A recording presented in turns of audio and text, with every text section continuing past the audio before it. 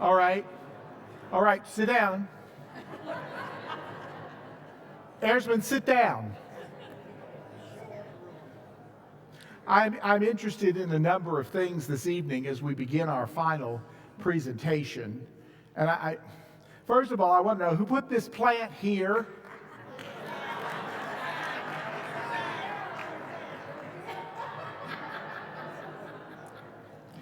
I have a few Zach stories I'm going to tell in a few minutes here. Let me get them. I want to know this, though, I just very briefly. If you are from St. Francis Parish, stand up.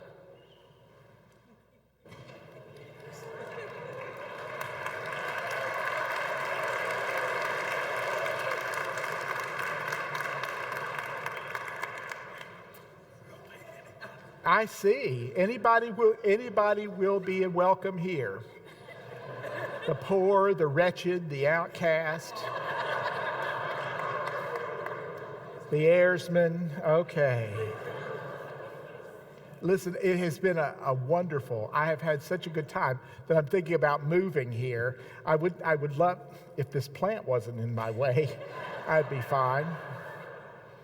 I would love to move here. Somebody said, well, actually about 40 people said as they were coming in, tell some funny story about Father Zach.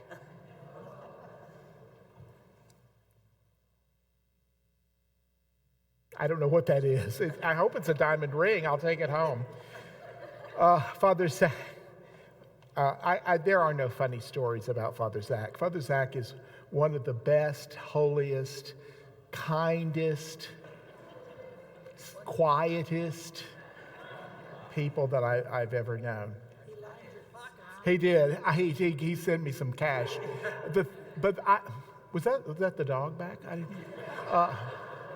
I said the thing I know about Father Zach because I lived with him for 6 years in the seminary, and I know about Father Zach. And the one thing I know about Father Zach, there's no way to put it nicely. So I'll just say it. He's a clean freak.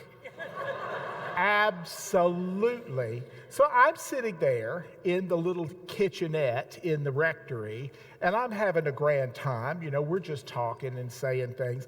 And I'm eating some ice cream, which has no lactose in it, because our friend Sam here starts farting if he gets lactose.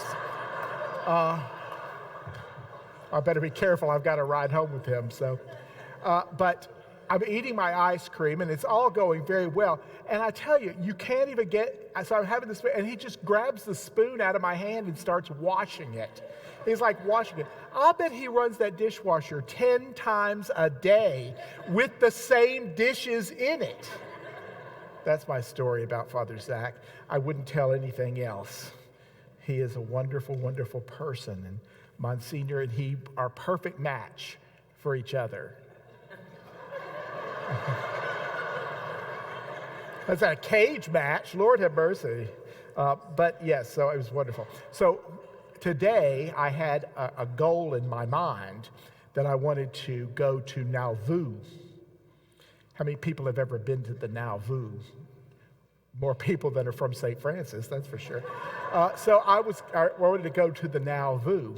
Did you know that we went over to that Nauvoo? Why is that papal tiara blinking? It's that crowd back there, Lord have mercy. So I said, I wanted to go to the Nauvoo to see the Mormons. We went, drove all the way over there, and it is a lovely little village. There wasn't a Mormon in sight. You know, and that's just it. If you don't want to see a Mormon, they're at your door every 5 minutes. It's like, we're from the Church of Jesus Christ of Latter-day Saints. So I started going door to door in Nauvoo and knocking on the doors. And saying, I'm from the Church of Jesus Christ of Everyday Saints. There you go. Anyway, I didn't do that, but it would have been a great opportunity. But I had a grand time. I hope everybody else had a good day off. It's President's Day, right? It's not we can't have Washington's birthday anymore or Lincoln's birthday. It's all President's Day, all of them, even the failures. Lord have mercy. Anyway, Grover Cleveland, give me a break. Okay. I need to get down to business because what are we having afterward? And what are we having at the reception? Okay. All right, well then thank you all. It's been lovely. I want to spend a little bit of time talking about the other side of St. Luke's gospel, okay? So we'll talk about the story that we find at the end of the gospel in chapter 24. Now this part is a little boring. So if you want to put your heads down in the pew, well, there's not really much room for it, but do what you do, or go to the cry room. I don't care. I want to just say a few words about St. Luke's gospel because I think that will help us to understand what I want to say this evening about the Eucharist and the end of the gospel. St. Luke's gospel is absolutely one of the most interesting texts and Acts of the Apostles, which he also wrote. Interesting texts in the New Testament because St. Luke is one of the most sophisticated users of Greek, the Greek language. The other Gospels, they're a little bit Greeky, but most of all, St. Luke uses Greek in a very literary and sophisticated way, which is why I think so many of his stories have become so much of a part of our Catholic imagination, like the Good Samaritan and the prodigal son and the Emmaus story. And I think that because of the way he tells the story, that gets translated even into English very well, and the Greek text is very important.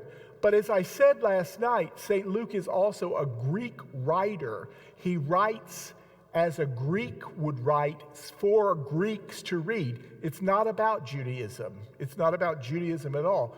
We say that the other Gospels really represent what we call prophetic, this is dull, oh Lord, prophetic fulfillment narratives.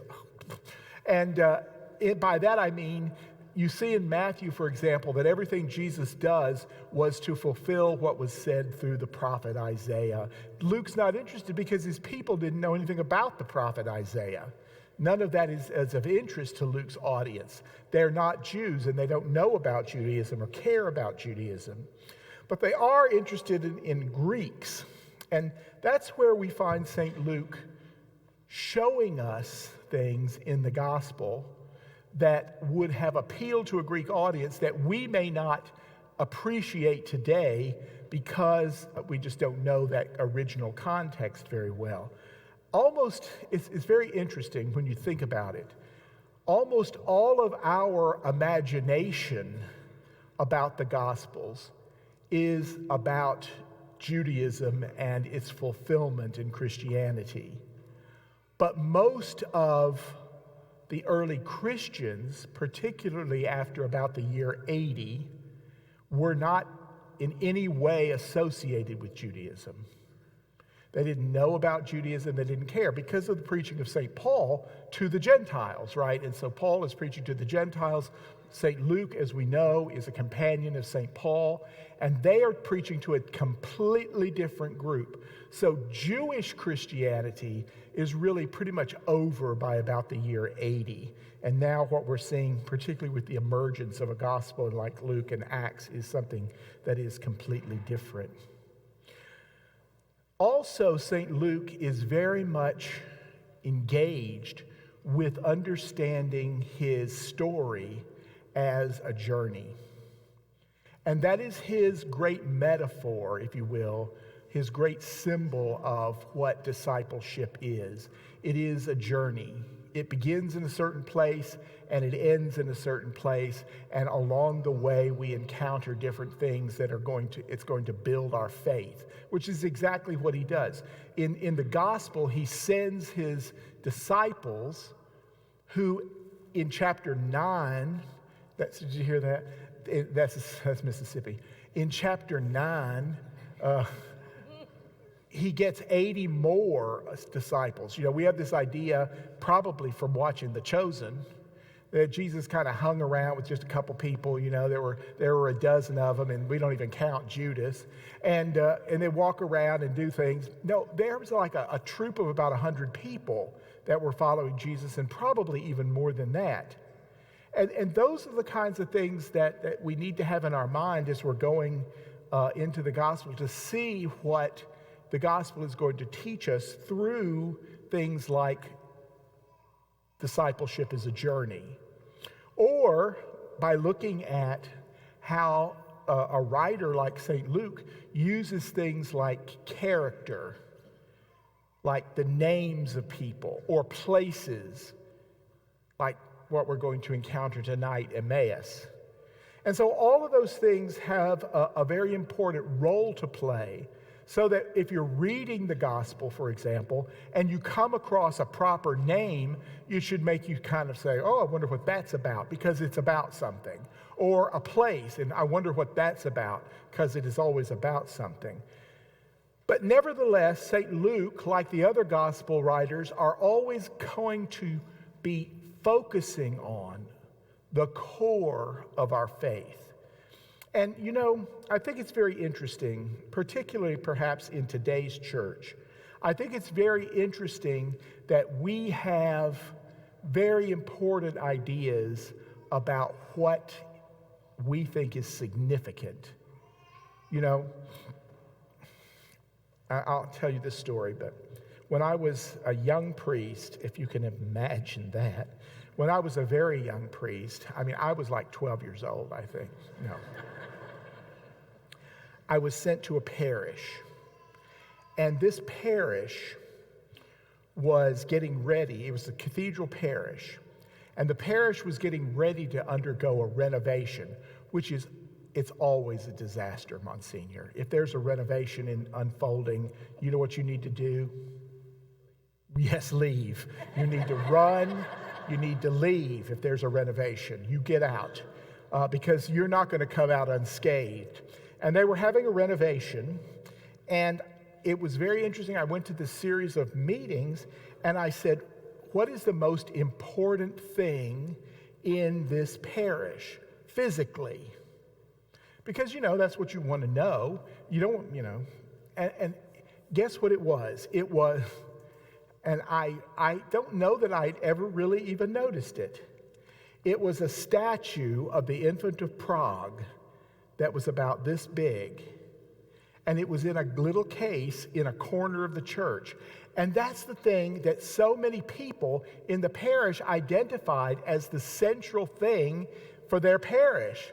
It wasn't the altar or the pulpit or, you know, anything else, or the tabernacle. It was this little statue of the Infant of Prague. And frankly, I've never really understood the Infant of Prague, because, of course, I'm a former Baptist. And there's so many things that we recovering Baptists don't understand about the Catholic Church, like the Infant of Prague. Why do you want a dressed up baby in your church? What difference could it possibly make? I don't know, but they loved it. They loved the Infant of Prague. And I was like, oh my gosh, the Infant of Prague. Anyway, we as Catholics can become very wrapped up in things, and particularly in our parishes become very wrapped up in things, that sometimes we can lose sight of the most important aspects of our faith.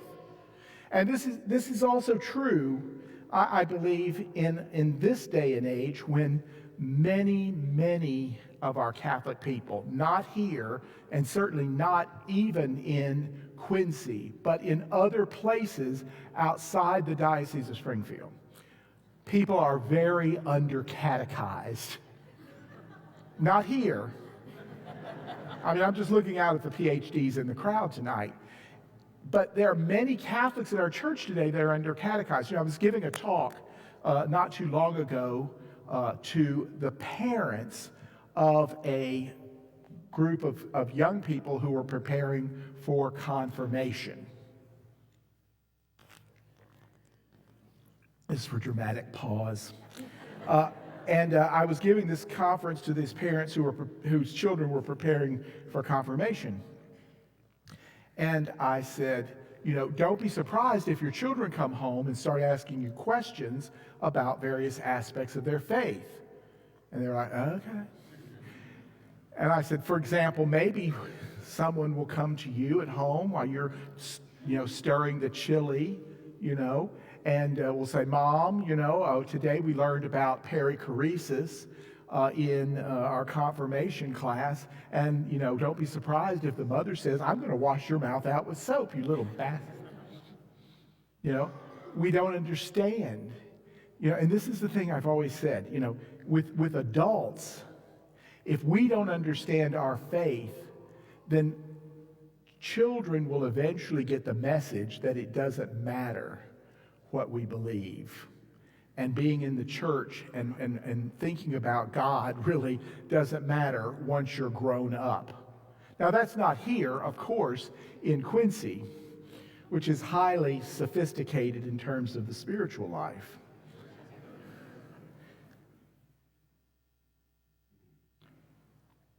But the core of our faith, and something that we need to keep constantly in our minds, is the reality that is Jesus Christ. And I've often heard it said in my long years as a Catholic that sometimes Catholics can lose sight of the reality of Jesus. Or that Catholics, and I don't know that this is true, it's certainly not true here, certain Catholics can begin to have some fear or some distrust, if you will, of Jesus. Don't go to the Son if you need anything. What do you do? Go to the Mother. We have a lot more comfortability with Our Lady, and that's great, that's wonderful, but it doesn't change the fact that Jesus Christ is the center of our faith. And our understanding and our belief about who Jesus is the center of our faith. And that's the important thing for us to keep in mind, because our belief, our understanding of who Jesus is that he is both God and human simultaneously. That is to say, he is both God and human at the same time. And many times we can understand Jesus as God, and many times we can understand Jesus as human, but sometimes it's difficult, and we know it is, to think about Jesus as God and man or flesh at the same time. But when you begin to break it down, and this is really all there is to seminary life. I mean, this is all that we really talk about. Basically, what I'm giving you tonight is the entire 6-year curriculum for the seminarians. We don't tell them that, and I hope that you don't. I mean, Corey could have got out a lot faster, really, when you think about it. But the idea that Jesus is both God and human at the same time is the core of our faith. And everything else in our faith must reflect that essential belief. Which brings us, I know this is dull, but I'm going to tell a funny story later. Okay, don't worry. This brings us to the tabernacle. Because one of the central tenets of our faith as Catholics is the idea that God comes to us in the person of Jesus Christ in fleshly language in the Eucharist. So when we come to church, when we come to the Eucharist, when we come to Mass, when we go to communion, the idea is that we are having a personal encounter with the person of Jesus Christ. And we forget that. We either we don't think about communion, or we sometimes in places outside of Quincy, we politicize communion, but when we come here, right here, that aisle, for that personal encounter every week or every day, we are coming face to face with the person of Jesus Christ. And that's difficult for us. It's also difficult for us to know that that encounter and that person is the only way for us to judge other things. And for example, I often say this in the seminary. I say all kinds of stuff. They don't pay any attention to what I'm saying. But, I feel like I have the responsibility to say it. And so one of the things I like to say is that, sometimes, not here, but in the Diocese of Peoria, for example, up in Nauvoo, people fight about the liturgy. Did you know that? You may not have heard that, but they do. And so, the Mass must be this, or the Mass must be this, or the Mass must be in this language, or the Mass must be with this particular idea being expressed, or, if it's not the new or old Latin Mass, it's no good. If it's not celebrated in this way, it's no good. Let me tell you something. I'm going to tell you right now. That's not what makes it good. The presence of Jesus Christ in the flesh makes it good. And here's the thing I say to the students, because, they're wonderful, but, they can be a little naive sometimes. If you're fighting about the liturgy, then you've already lost. If the liturgy causes you to hate your brother or sister because of their beliefs, you're lost. It doesn't matter which side of the coin you stand on. If you're a liberal or you're a conservative or traditionalist or whatever, I don't care. But if the liturgical celebration causes you to hate your brother or sister, how can Jesus Christ and his presence make us hate one another? These are the things that we need to spend some time.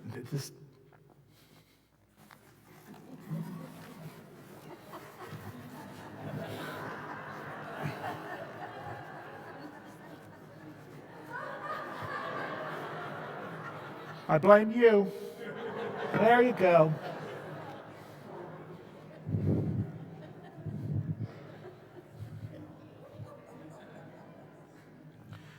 So what is our need? Our need in the church today, if I could say there is one need, is for us to be better formed in our understanding of the Mass. And if I was going to be here for 3 or 4 more days, that's what we would do. And we would spend a lot of time talking about the Mass. And I think that's very important, and I hope that the priests are going to fill in that blank. I see they're doing it right now. We need to understand what we're doing in the Mass. And if we knew what we were doing in the Mass, then everything else would fall into place. Everything else would find its way. But until we understand what we're doing in the Mass, it won't. Our lives as Christians is dependent upon the celebration of the Mass. That's why, simple things. That's why the church says you should go to Mass.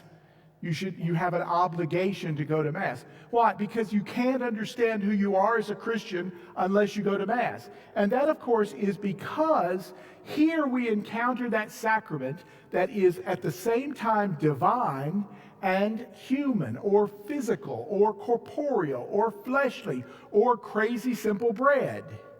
And when we have crazy simple bread that we hold up, the priest does, and says, this is God, that's the core of our faith.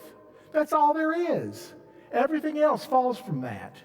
Everything else is second to it. I'm not saying it's not important, but it's second to it. If we don't understand that central thing, everything else is not going to be meaningful. Now I want to spend a minute. Well, it's more than a minute. It's going to be a lot more than a minute. Looking at chapter 24 of, how many people brought their Bible tonight? Oh my God. And look, she's got a face like, oh, I forgot. You didn't forget. You don't have one. We're not Baptists, so we didn't bring it to church with us. Oh, no. Are there any former Baptists in the room tonight? Any former Protestant? Baptist? Good for you, honey. We'll go to our BA meeting, Baptist Anonymous, and we'll have a grand old time. I want to talk about chapter 24 of St. Luke's Gospel. Now, remember I said that St. Luke builds and builds and builds throughout the Gospel, starting with the stories about the nativity of Jesus, building to this last story. And it is the longest sustained narrative in the Gospel. Okay, and I'll read it because you've never heard it before. Anyway, here we go. Now, Jesus has been raised from the dead. You may have heard about that. And on that same day, that is to say Easter Sunday, many of the disciples, among those 80 or so that Jesus had gathered on the way to Jerusalem, have now dispersed, mostly from fear, right? And we find in chapter 24, beginning at verse 13, now on that same day, Easter Sunday, 2 of them were going to a village called Emmaus, about 7 miles from Jerusalem, and talking to each other about all these things that had happened. Seems reasonable. While they were talking and discussing, Jesus himself came near and went with them. Journey, journey, journey. But their eyes were kept from recognizing him. And he said to them, "What are you discussing with each other while you walk along?" And they stood still, looking sad. Then one of them, whose name was Cleopas, answered him, "Are you the only stranger in Jerusalem who does not know the things that have taken place there in these days?" And he said, "What things?" And they replied, "The things about Jesus of Nazareth, who was a prophet, mighty in deed and word before God and all the people, and how our chief priests and leaders handed him over to death and crucified him. But we had hoped that he was the one to redeem Israel. Yes, and besides all this, it is now the 3rd day since these things took place. Moreover, some women of our group astounded us. They were at the tomb early this morning, and when they did not find his body there, they came back and told us that they had indeed seen a vision of angels who said that he was alive." Now, remember, it's very interesting, isn't it, that they're telling this story to the person that is the subject of the story. Okay. And then he said to them, "Oh, how foolish you are, and how slow of heart to believe all that the prophets have declared. Was it not necessary that the Messiah should suffer these things and then enter into his glory?" Now, this is the best line. "Then, beginning with Moses and all the prophets, he interpreted to them the things about himself in all the scriptures." Remember what we said last night. What are the parts of the Old Testament that refer to Jesus? All of it, right, okay. As they came near the village to which they were going, namely Emmaus, he walked ahead as if he were going on. But they urged him strongly, saying, "Stay with us, because it is almost evening, and the day is now over." So he went in to stay with them. And when he was at table with them, he took bread, blessed and broke it, and gave it to them. And their eyes were open, and they recognized him, and he vanished from their sight. Then they said to each other, "Oh, when our hearts burning within us while he was talking to us on the road, while he was opening the scriptures to us." And at the same hour they got up and returned to Jerusalem, and they found the 11 and their companions gathered together. They were saying, "The Lord has risen indeed, and he has appeared to Simon." That makes a big difference. And then they told what had happened on the road and how he had been made known to them in the breaking of bread. Okay, the story is familiar. We know the story. We've seen The Chosen. We haven't seen that episode yet because it doesn't come till the end. But we know the story. But let me break the story down a little bit and give you some of the details that are there. So two of them, so there are two, were going to a village called Emmaus, about 7 miles from Jerusalem. Now here's the key. This Emmaus is 7 miles from Jerusalem. It doesn't say north, west, east, south. It doesn't say. There's no evidence archaeologically that there ever was a town called Emmaus. You're supposed to gasp at that. I don't know. You expect a little gasping. Now I want my plant back. There's no evidence. So our archaeologists have merely said, is it 7 miles from Jerusalem? That must be Emmaus. And it's here and here and here and here. There's no town called Emmaus. There's no other place in the New Testament that talks about Emmaus. You think it's just 7 miles from Jerusalem. You got Bethany, you got Bethpage, you got everything. You even have Tyre and Sidon, which is like in Lebanon. But you'd think you'd have more Emmaus. But there's not more Emmaus, because it is my firm belief, and because it is my firm belief, it's true, that there was no such place called Emmaus. That's an interesting question. So in other words, there's a symbol here of two people running away from the resurrection, but they're going nowhere, right? They were talking about what had happened. They were discussing, and Jesus came and was with them, but they did not recognize him. Now, if you know anything about Greek literature, you know this is a very, very common plot device called a theophany. And so in the theophany story, the God, which is also a very interesting question here for us, the God appears to people, but they don't know it's the God until something happens, and then all of a sudden, oh my gosh, that was Minerva, and not my cousin Minerva. No, that was Apollo, or that was Athena, and all of these things that we see in Greek literature would have been very dominant in the minds of people who are hearing St. Luke's gospel. We are also told that one of these people was named Cleopas. Now, you have to ask yourself, if he's telling the story, why didn't he say Cleopas and Homer? Or Cleopas and... Why does he give one name but doesn't give the other?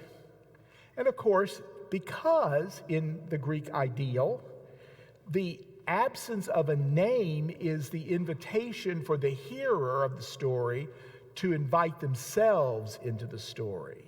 Or we could do this, and I love this way too.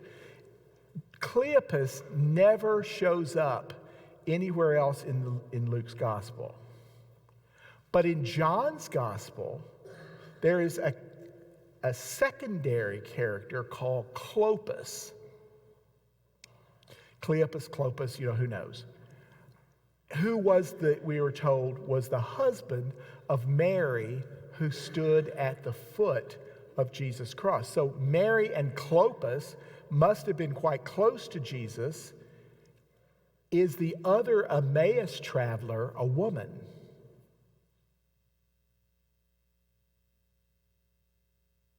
You're supposed to go, ah. I'm going to give you a signal when you're supposed to go, ah.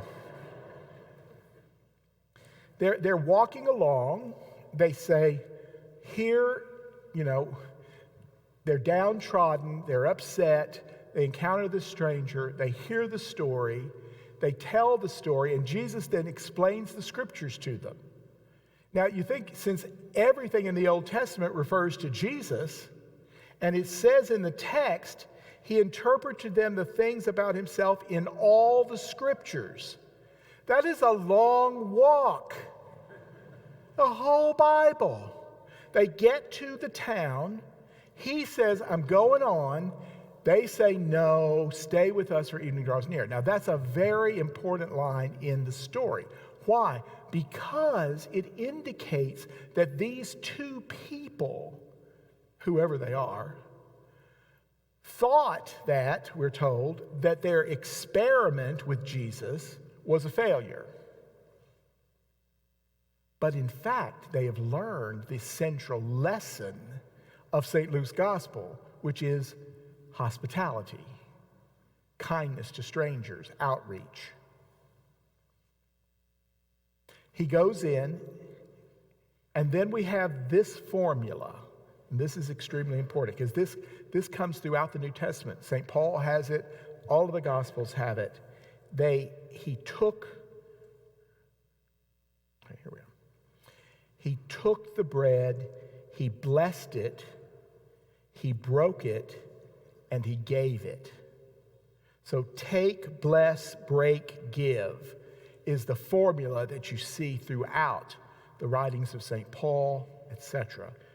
And it's the formula for the Eucharist, the celebration of Mass. So he uses it in the Last Supper narratives. St.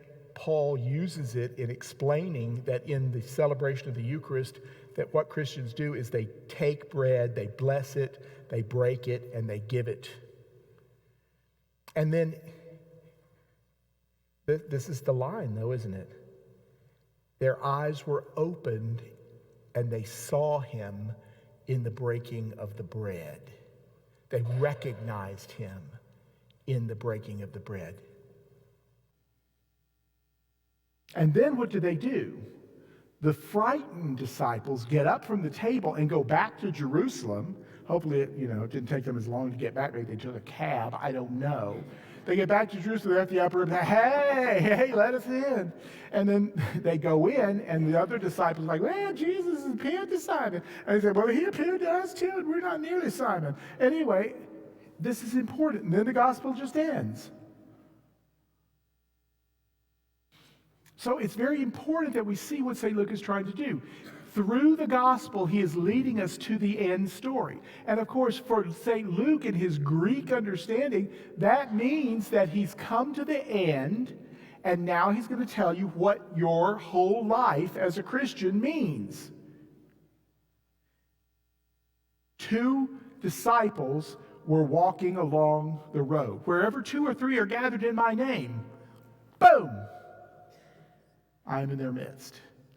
And the scriptures are read and interpreted. And they sit down and they break the bread together.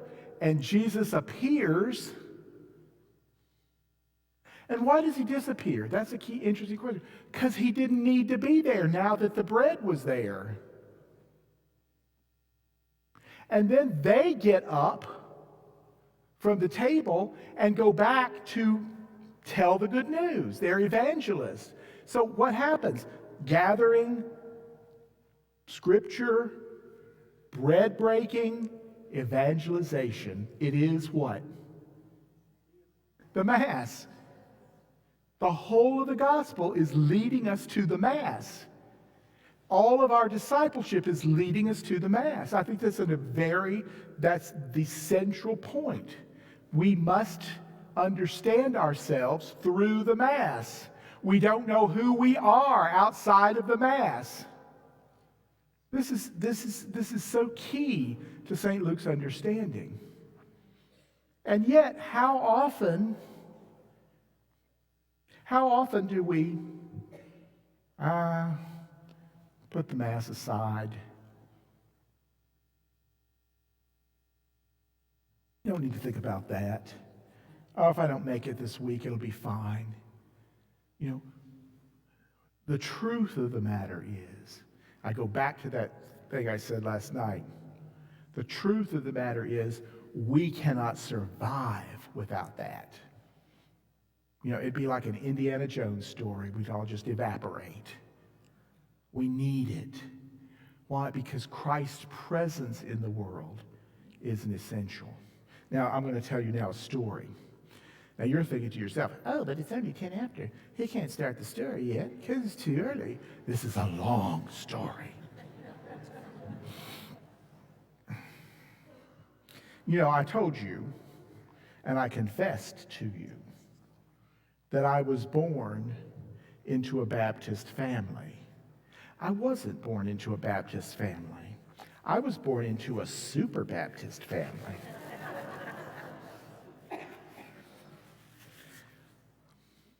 I have had seven uncles who are Baptist preachers. And this is not, what do you have here? What variety of Baptist do you have in this village? Southern Baptist? Southern Baptist? Nothing. That's nothing. Honey, what Baptist version were you? You don't even know? You're not a very good Baptist, were you? That's how you ended up here. My family was not Southern Baptist. My family was what is called Free Will Baptists. And no, you did not have a free will.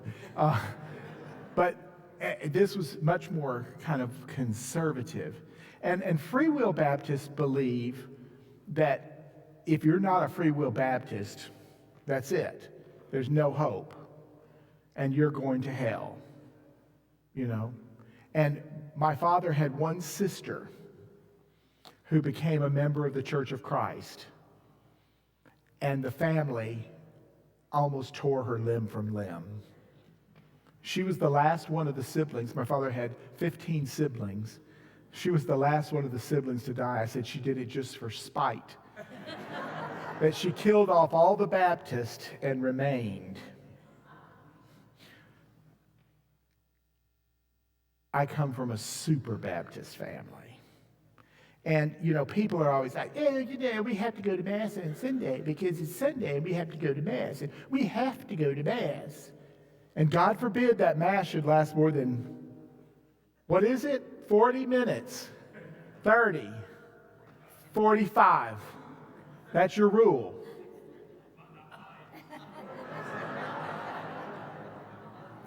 Oh, my father Airsman, I preach 45 minutes.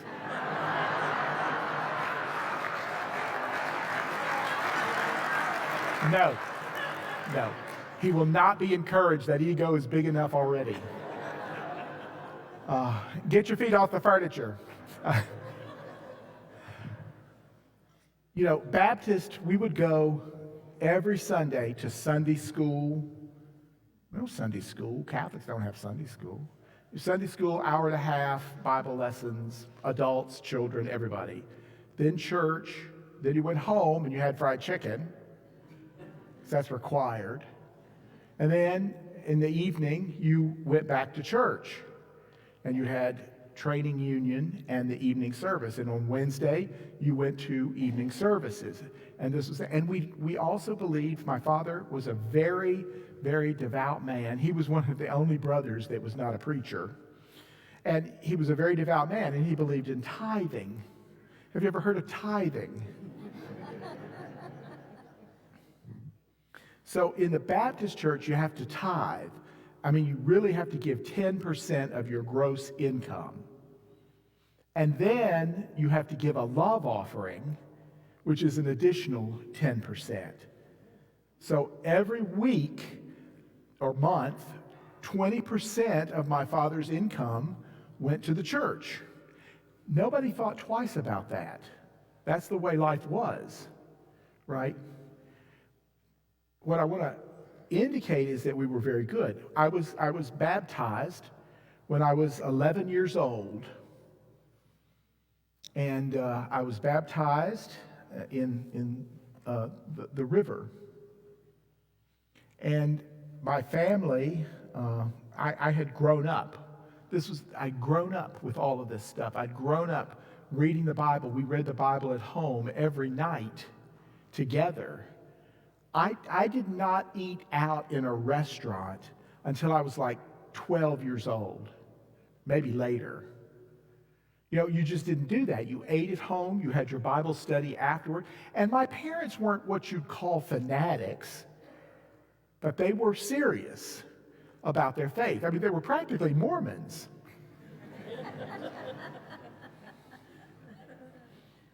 Anyway, when I was 13, we had been to church on Sunday. And I just turned 13. And we'd been to church on Sunday, and we'd come home. We'd had our chicken. We went to take a little nap. That's what you did. You had to refortify your spiritual life before you went back to church. And so it was time to go. And so my mother knocked on the door, and she said, "It's time to go to church, honey. Get up now. Let's go. We have to go." And so I went to the door of my room, and I opened it, and I said, the door's like, and I went, "I'm not going to church tonight."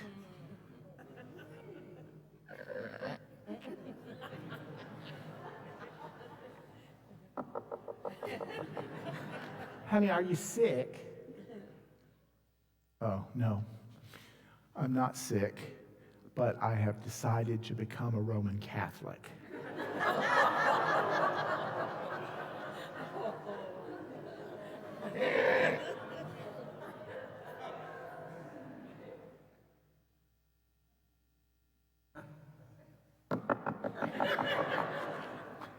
"Honey, what is a Roman Catholic?"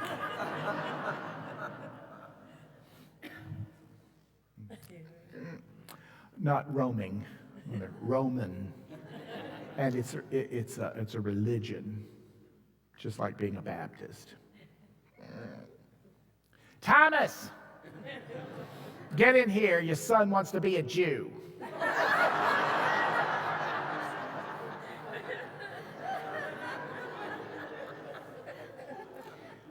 As we say in the South, that night the oatmeal hit the fan.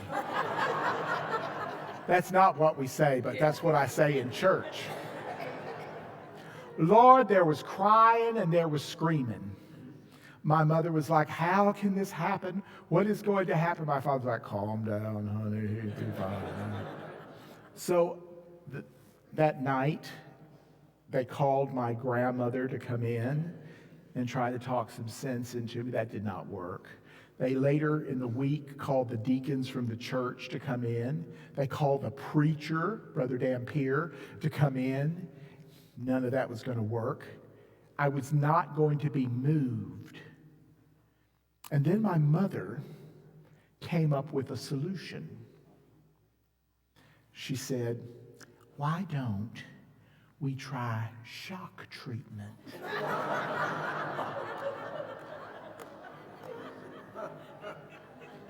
And my father said, "Well, that seems a little extreme, electrifying the boy." And my mother said, "Not electricity, you idiot." I say we take him to one of these Roman Catholic temples and that we show him what it's like. "I don't know." "Well, you can just try it." All right, honey, calm down." So they got into the car and drove around our little town, and they finally found that not very far from our house was a Roman Catholic temple. And they knew that it was a Roman Catholic temple because it said in the front, "St. Anne's Roman Catholic Temple. Masses, 5 o'clock on Saturday." Which confirmed my mother's understanding that it was like a Jewish sect because they had the masses of people come on Saturday. It all makes sense. So Saturday came around. We all got into the car. We were dressed for church because, that's what you do. My father and I had matching powder blue leisure suits. Remember, this is the 70s. It's the 70s. With white shoes. My mother was wearing her butte knit suit with gloves, pocketbook, hat, and we all had our Bibles because we were going to church. So my father said, why don't we get there early so we get a good seat? And we got there, so the masses were at 5 o'clock. We got there at 4. We want to get a good seat. Pulled into the parking lot, there's nothing there. And so my mother said, see, they must walk here.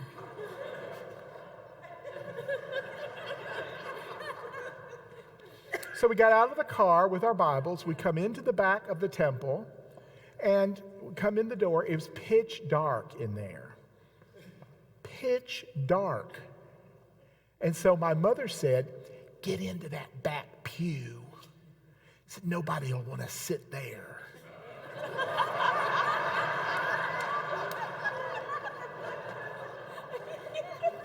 Baptists sit in the front. And my mother said, sit down, sit down, sit down. And so it was my father, my mother, and me. And my mother, she's sitting there, and she starts, let's see if I can do this. Watch your leg. She starts doing this.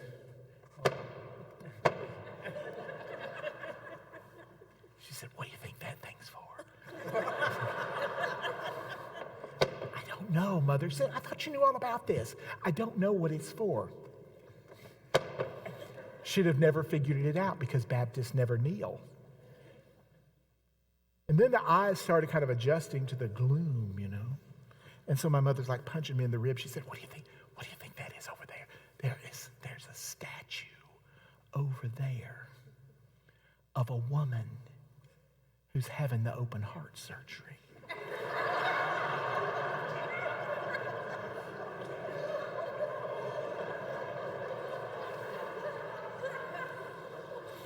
And I said, I don't know. I don't know, Mother. Oh, look, there's one over there of her son. He must be having open heart surgery too.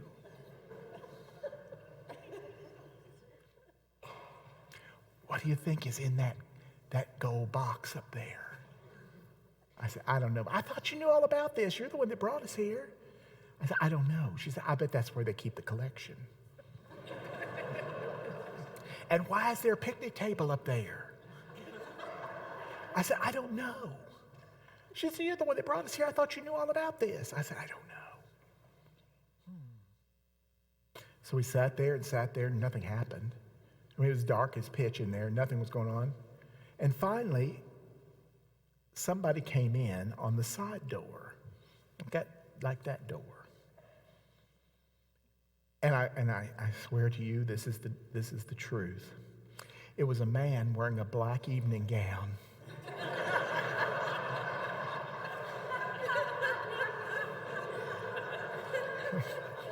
What do you think that is?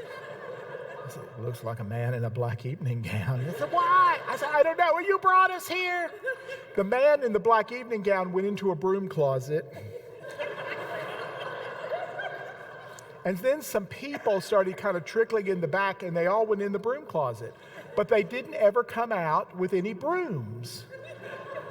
And we're just sitting there like, nothing's happening. It gets to be like 4:45, nothing's happening. It gets to be like 5 minutes till 5, nothing's happening. It gets to be 5:05, and suddenly the lights come on. And the whole place fills up with people dressed in the most preposterous outfits you have ever seen. They did not have leisure suits. They did not have boot-knit suits. They had on Bermuda shorts, flip-flops, and tank tops. And they would come into this building, they would come up to one of the pews, they would like kneel down, tap their heads, and then look around and get in the pew. And then some of them would kneel down in the pew, because that's what those little benches were obviously for. And then they would start playing with the necklaces. And it was like hibbity, hibbity, hibbity, hibbity. And my mother's like, what are the necklaces for? I said, I don't know. She said, but they're not even putting them on. They're just holding them going hibbity, hibbity. I said, I don't know. Well, then this darling, she was antiquated. Not like the music program here. This dear, she must have been 160. She got up and she went up to the pulpit and she said, "Welcome to St. Anne's Roman Catholic Temple. It's the 20th Sunday of Ordinary Time. We're now going to sing number 340 in the hymnal. Now thank we all our God. Please stand." Woof, everybody stood up. Then another dear got up and went over to the organ, and she starts cranking it out. Let me tell you, this gal had it going. Start again, Gladys. Just do it a cappella.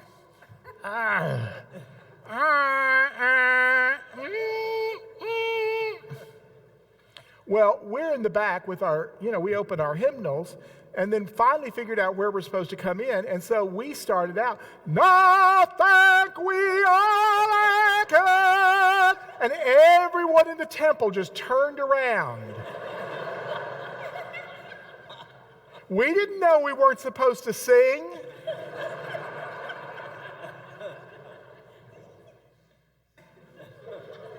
We never did that again.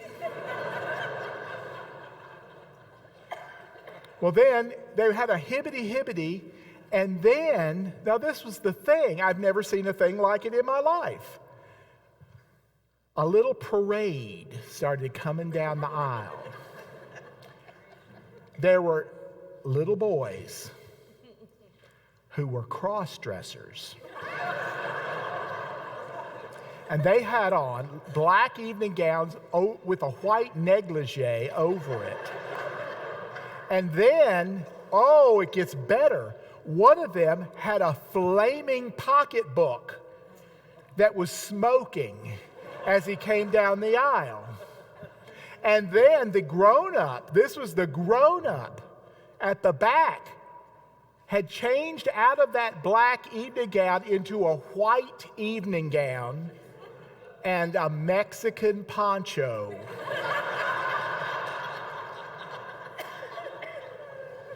They came down the aisle. They stood in a long line. They knelt down and went hibbity, hibbity, hibbity.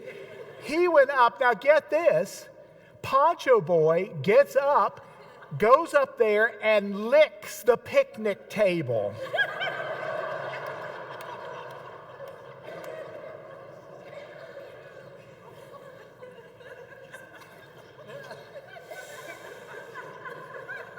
And it was hibbity, hibbity, hibbity this, hibbity, hibbity, hibbity that. And everybody sat down. Then they're going to have Bible reading. So we're ready for that. So he gets up and the first antiquated dear says, "Reading from the book of Numbers." And so we're like, "Book of Numbers." Well, she didn't read more than a minute. And was like, forget it. Then the one gets up and says, "I'm going to have a psalm now, Psalm 74. And we're like, 74. That didn't last any time either. The next thing was like a reading from the letter to the Romans. We're like, didn't last but a minute either. And then Poncho Boy just got tired of all this little reading. He got up and he said, "A reading from the Gospel of Luke." And he's like, and we're like, and we have our little pencils, which is we're going to write in there. Well, let me tell you, he got tired. He sat the book down, and then he started preaching. I think that's what they were trying to say it was. It was some kind of preaching, and it didn't go on more than 45 minutes. When Baptists, we're used to an hour and 15 at least, He sat down. He was bored. And then my mother's like, "Is it over?" I said, "It's not over." She said, "You're right. It's not over. It's not near over." I said, "What do you mean?" She said, behind us on this table. Do you know what's there? I said, I didn't really notice. She said, it's a plate full of cardboard circles. You ready? And a bottle of liquor. A Baptist woman can smell liquor 100 miles off. A bottle of liquor.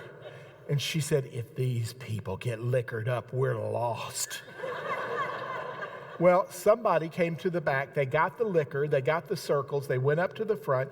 And then Poncho Boy takes the circles, puts them on a picnic table, takes the liquor, puts it on a picnic table. And then for the next 20 minutes, he's like picking it up and putting it down and picking it up and putting it down. And the people were going like up and down and up and down and up and down. And he was picking them up and putting them down and picking it up. And the people were like up and down, up and down, up and down. And we finally just said, just sit down because it's too much. Well, then they all got out of their pew. They went to the front. They grabbed a cardboard circle, took a swig of liquor, and ran out the back of the building.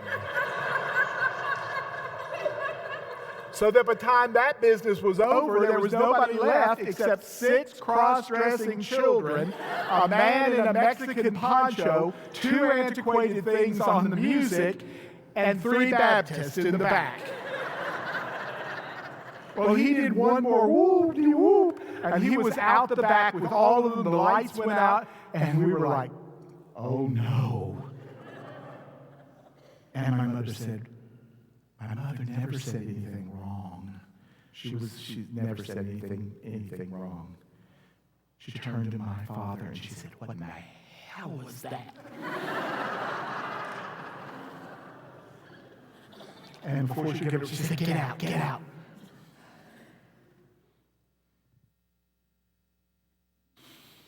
We got in the car, and she said, you're going to have to take us to the big boy. She said, we're going to have to get takeout from the big boy. She said, because my nerves aren't able to cook tonight. So we drove over to the big boy and then stopped at the big boy, sitting in the parking lot. And my mother says, I don't even know what to say. And she said to me in the back, she said, I hope you got that out of your system. And I said, oh, Mother, I did. That was the craziest thing I've ever seen. Tomorrow we're back to the Baptist church. We're all right. And then my mother turned to my father and said, Thomas, what did you think of that? And my father said, I'm never going back to the Baptist church.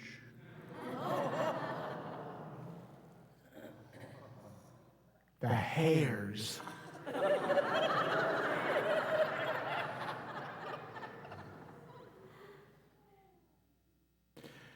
calm down, Margaret. And this is what my father said, that he, my father, had been searching for God his whole life, but never had encountered him face to face until that day. So, we never went back to the Baptist church. And all 3 of us became Roman Catholics.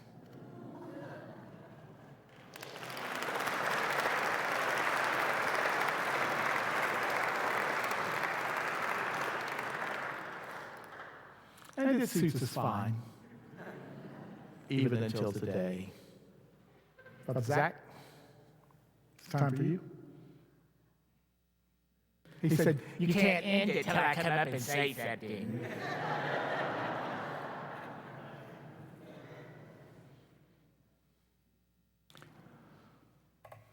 Try following that. Well, I think we need to give a round of applause to Father Denis to thank him for his time with us this week.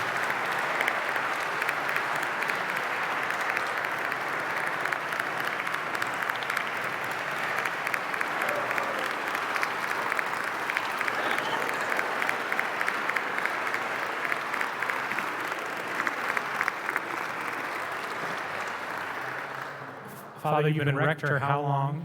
15 years. 15 years. In 15 years, how many priests have been ordained, approximately? Oh, hundreds. Hundreds. The service that Father Denis and the formation staff that he has put together at St. Minor, the service that they have done for the church, cannot be put into words. And so we are certainly very grateful for Father Denis's guidance, for his leadership, and for his service to the church as rector, and also to us here this week, as he's been with us for a few days. We want to thank him as well for giving us a lot to think about as we're heading into our Lenten journeys and thinking more about the importance of the Eucharist. So, Father, thank you for your time with us this week. I'd also like to thank Monsignor Leo and for all the staff here at St. Peter's for helping us to put this on, and for the dedicated group of volunteers that have helped as well with our reception. So there's more to do. Don't leave us tonight. Come downstairs and join us downstairs for a Mardi Gras-style reception. There's cocktail wieners and meatballs and cupcakes and liquor. Oh my, don't tell the Baptists. And do join us downstairs for some fellowship. So thanks again, Father Denis, for your time with us.